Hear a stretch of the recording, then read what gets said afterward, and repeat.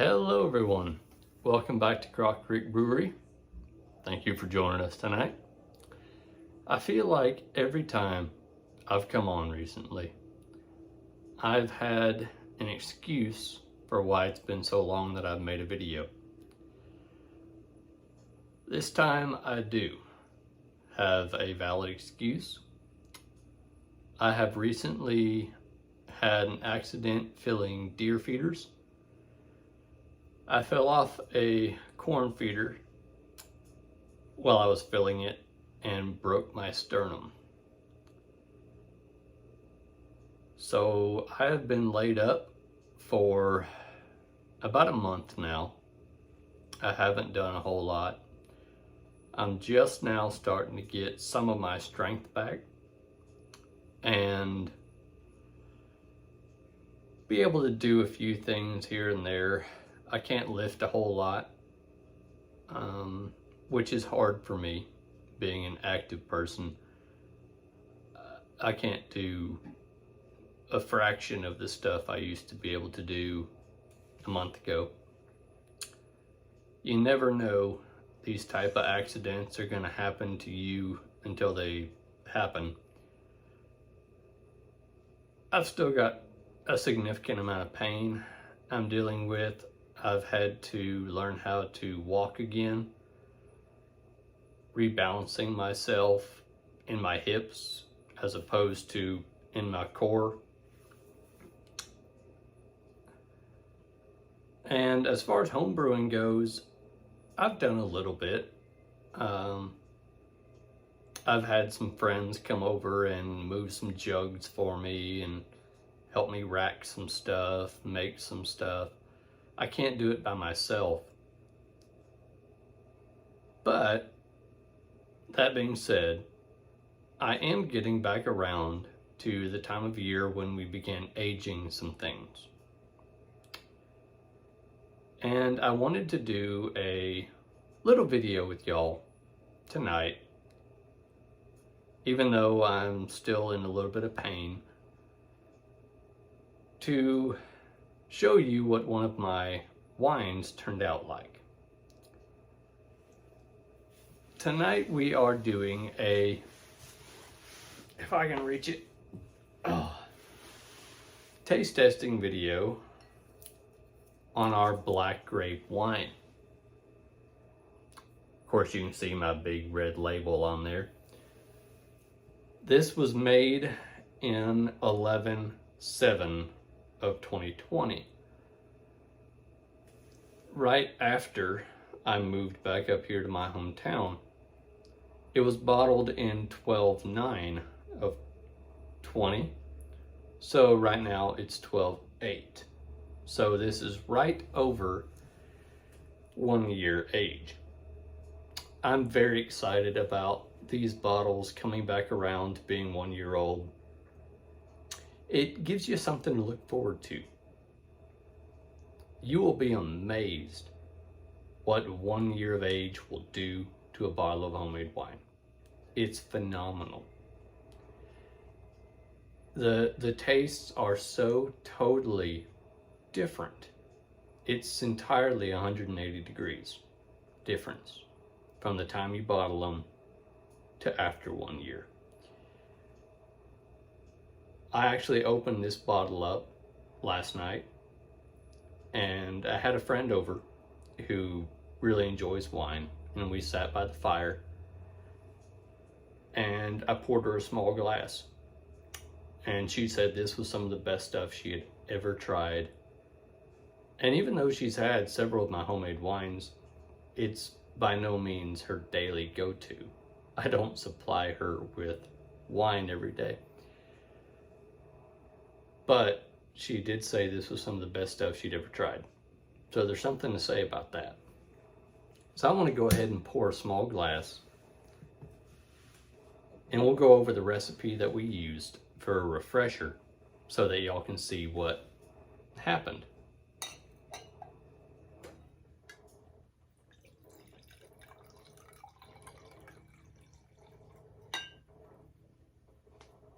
Okay.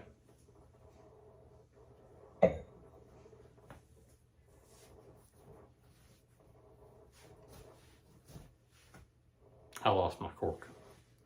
There it is. Oh, I still can't twist very well.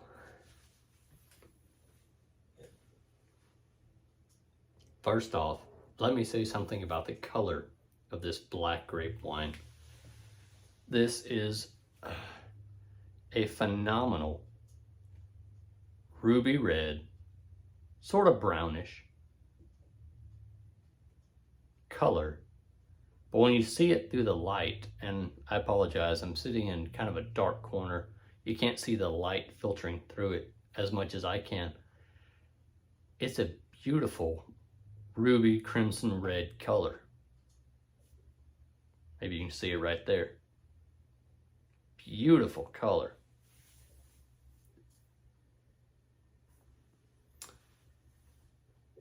I'm not going to rush things. I'm excited to try this as much as I'm sure you're excited to hear about it. Let me go over quickly the recipe.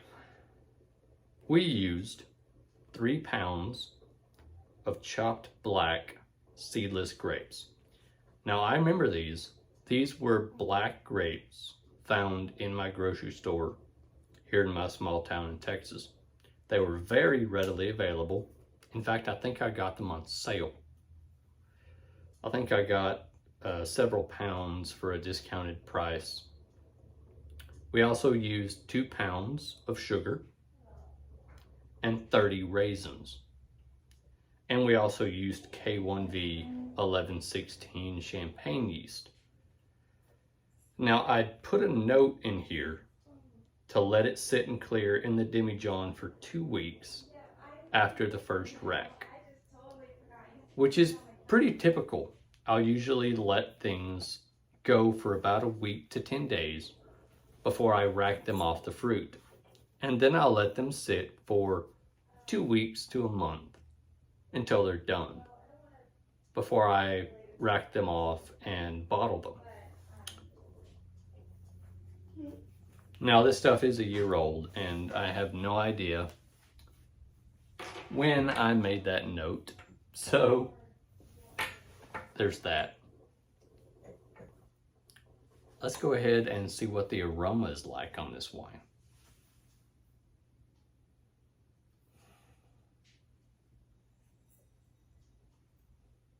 Off the bat, I'm getting a red grape, much like you would find in a sweet red wine, something like a Davidic wine, a kosher wine, that sort of very sweet, grape forward smell. Almost grape juice like. It's followed by a little bit of an alcohol burn in the smell and vanilla.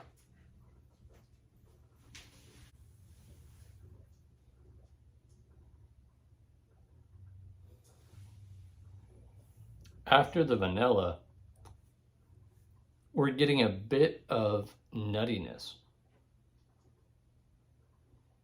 but it's ever so slight. Let's go ahead and do a short sip. We're just gonna acclimate our palate, get it in, swallow it, and we're not gonna analyze it.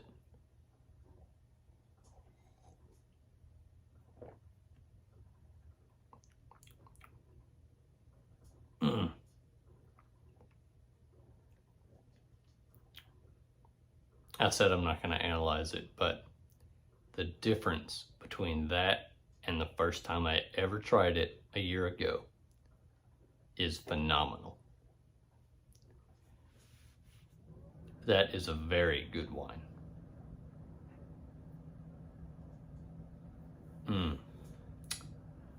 Out of curiosity,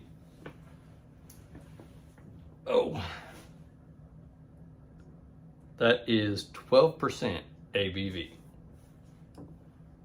So as far as my aged wines go, that's on the lower side.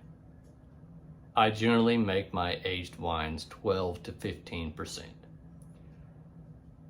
That is kind of a sweet spot I've found as far as aging wines go. That limits the amount of acetobacters that are present in the wine. You'll have less wines turn to vinegar. They'll age longer. The flavors will be more present. If you go any higher than that, you'll get much more alcohol and a lot less flavors. If you go lower than that, you'll get more flavors, but you risk the alcohol turning to vinegar. So this is a low ABV as far as my wines go, which means we're getting quite a bit more flavor. So let's go ahead and enjoy this.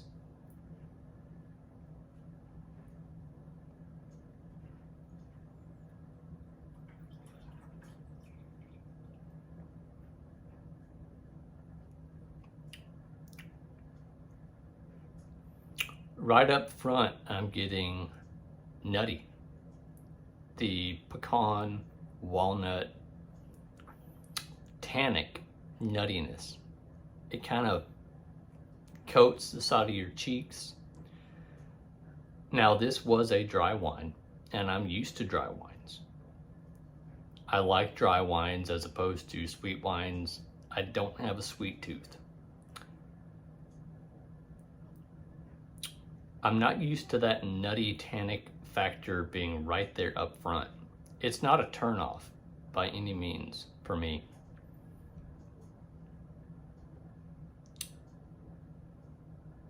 I think I'm getting the vanilla right next to that.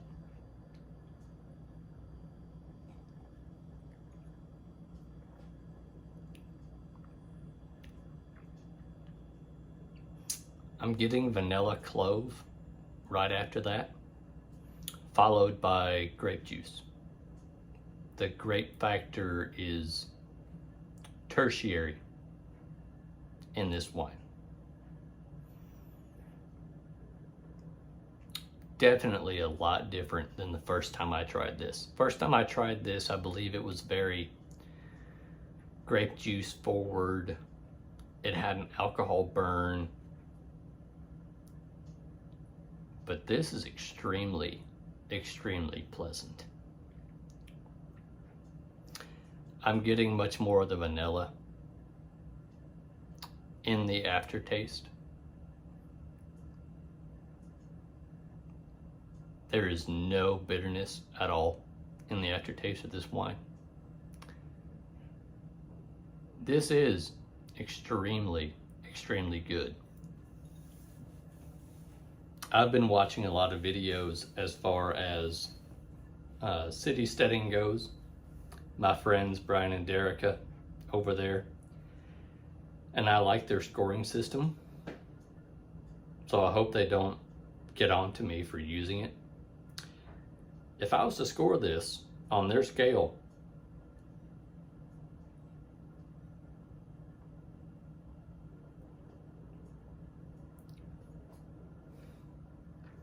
I'd have to score this somewhere around an 8.5. This is very, very good. And this is an extremely simple recipe. This is just grapes, sugar, and raisins. Nothing else added to this. I think if I made this in the future, I may add a spice or two to it to enhance the flavor. Maybe a clove, or I think even 10 juniper berries or so. That would be really nice. Juniper would add a really nice pine citrus note to that, which would kind of fill the medium where it may be lacking a bit. But if you haven't tried this wine, please go out there and make black grape wine. Very simple, very straightforward, and it turns out remarkable. Since I'm not able to make a whole lot of wines right now, I've made a few, but I don't have the stamina to do a video and a tutorial on it. I'm just trying to make a few wines here and there as quick as I can, carefully as I can. I can't do a video on every single one right now. Right now, I'm just kind of sitting back and enjoying a few. And it's that time of year that my wines are turning around to being 1 year old. So you can look forward to a few more videos where I do wine reviews on 1 year old wines. So I hope you enjoy them. I hope you can go back and see some of the recipes I've done in the past and watch the 1 year videos and see how far along they've come. It really is a beautiful difference to see how far they've come along. And look forward in the future as I make a few more wines. I'll bring you along with me. Thank you for coming again to Crockett Creek Breweries. We'll see you on the next one. Bye now.